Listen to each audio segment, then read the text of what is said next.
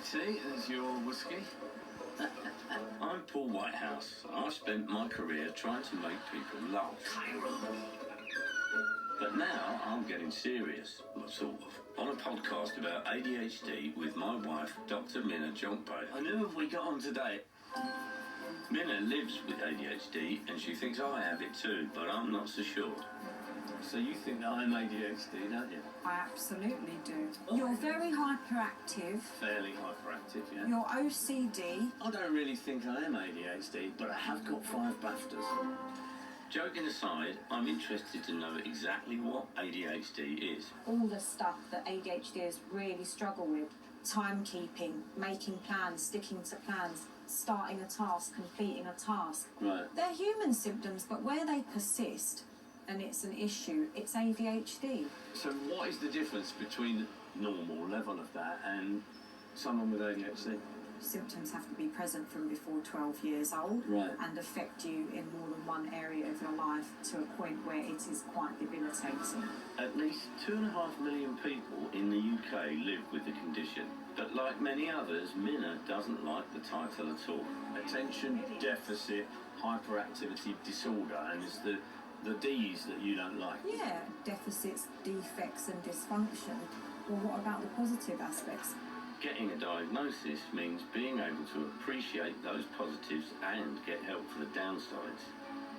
Many adults have a range of symptoms that fit with the condition, but because they weren't diagnosed as children, they simply don't know. One person who thinks he may have it is 34-year-old builder Jack Castle. Constantly got things going on in my head. There's never a period where I'm relaxed. Hopefully with a diagnosis I'll be able to get through life without having to keep worrying about other things. After waiting 2 years for his final assessment, Jack's hoping consultant Karim Sadiq can give him some answers. What were the things that made you think that you have ADHD? One of the things were tasks. Within an hour you've started 4 or 5 tasks and not finished one. And with nearly 200,000 people on the waiting list, and girls 3 times more likely to be misdiagnosed than boys, the NHS is struggling to assess everyone.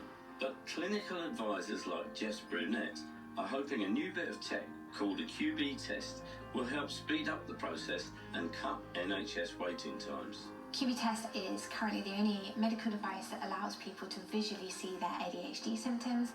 This pre-test screening uses motion sensors to track eye movement and attention levels to measure potential symptoms. These results would indicate that further assessment for ADHD would be indicated.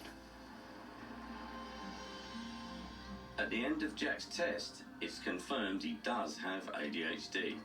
It's a relief, really, knowing that I've definitely got it. Now I have a diagnosis, there is something that can be done.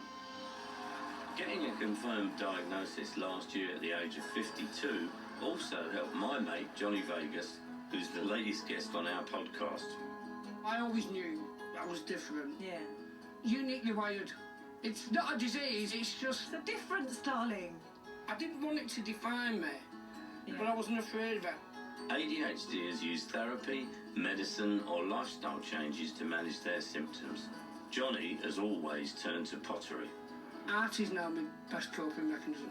Because I've got something that requires focus, but my brain wants to focus on it. The more people I speak to, the more it becomes clear that ADHD can have a positive impact on those who live with it. All the good original things I've achieved in my life has come from being unique. Yeah. I would thank ADHD for that. Brilliant. What a wonderful ending. I realise how important it can be to find out if you have ADHD, but even if it's just to annoy the wife, I intend to remain undiagnosed, at least for now. But I think the more that we can keep talking about ADHD, the better it will be for everyone.